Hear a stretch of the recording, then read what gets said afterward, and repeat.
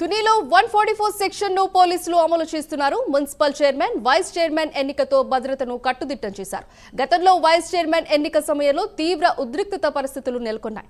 ఈ నేపథ్యంలోనే శాంతి భద్రతలకు విఘాతం కలగకుండా కట్టుదిట్టమైన భద్రతా ఏర్పాటు చేశారు. భారీగా పోలీసులను మోహరించారు.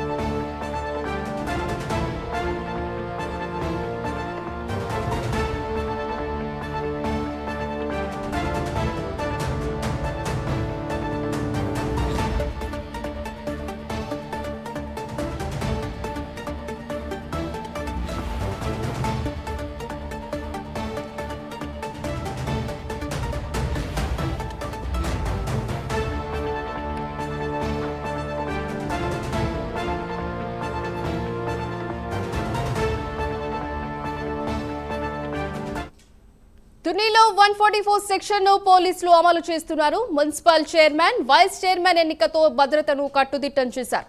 గతంలో వైస్ చైర్మన్ ఎన్నిక సమయంలో తీవ్ర ఉద్రిక్తత పరిస్థితులు నెలకొన్నాయి. ఈ నేపథ్యంలోనే శాంతి భద్రతలకు విఘాతం కలగకుండా కట్టుదిట్టమైన భద్రతా ఏర్పాటు చేశారు. భారీగా పోలీసులను మోహరించారు. దీని గురించి మరింత సమాచారం మా ప్రతినిధి కామేశ్వరరావు అందిస్తారు. కామేశ్వరరావు, చెప్పండి. Thank you.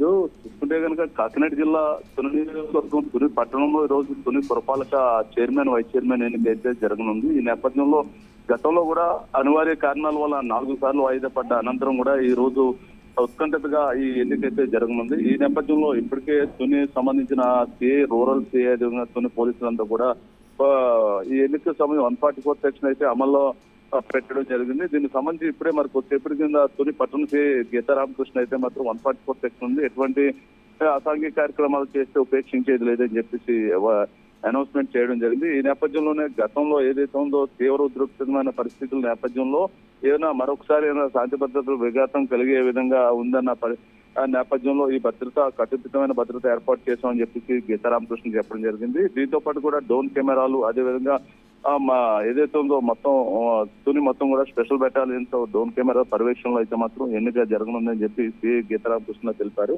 మరి కొద్దిసేపటి కింద చైర్మన్, వైస్ చైర్మన్ ఎన్నిక లాంఛనప్రాయంగా జరుగుంది. ఇప్పటికే మొత్తం అధికారులందరూ కూడా మున్సిపల్ ఆఫీస్ కి అయితే చేరుకున్నారు. ఏదైతే ఉందో గతంలో జరిగిన పరిణామాల నేపథ్యంలో ఇంత కట్టుదిట్టమైన భద్రత ఏర్పాటు చేస్తామని చెప్పేసి సిఐ గీతారామకృష్ణ చెప్పడం జరిగింది. మరి కొద్దిసేపటి కింద ఇప్పటికే సంఖ్యాబలం, టీడీపీ సంఖ్యాబలంతో ఉన్నందున టీడీపీకి చైర్మన్ పదవి, వైస్ చైర్మన్ పదవి కూడా ఏకగ్రీవం అయ్యేటట్టు తెలుస్తోంది. ఇప్పుడే మొత్తం తుని పురపాలక మున్సిపాలిటీకి అయితే మాత్రం 28 వార్డు సభ్యులు ఉన్నారు. అందులో ఇప్పటికే 17 మంది టీడీపీలో ఉండగా 11 మంది వైసీపీలో ఉన్నారు. మొత్తం ఇప్పుడే మరికొద్దిసేపటి కింద తుని నియోజకవర్గ ఎమ్మెల్యే యనమల దివ్య మున్సిపల్ ఆఫీస్ చేరుకున్నారు.